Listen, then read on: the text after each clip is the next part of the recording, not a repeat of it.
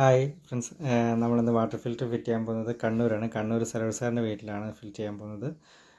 നമ്മൾ അദ്ദേഹത്തിൻ്റെ വീട്ടിലെത്തി.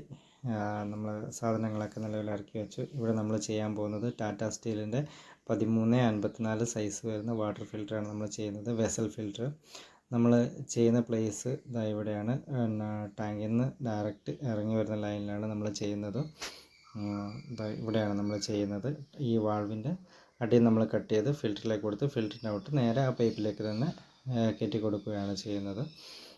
വർക്ക് തീർന്നിട്ട് നമുക്ക് ബാക്കി കാണിച്ചു തരാം. നമ്മൾ വർക്കും കാര്യങ്ങളൊക്കെ തീർന്നതാ ഈ ഒരു രീതിയിലാണ് ചെയ്തേക്കുന്നത്. ഇവിടെ വെള്ളത്തിനെന്ന് വെച്ചാൽ കളർ ചേഞ്ചോ കാര്യങ്ങളൊന്നുമില്ല.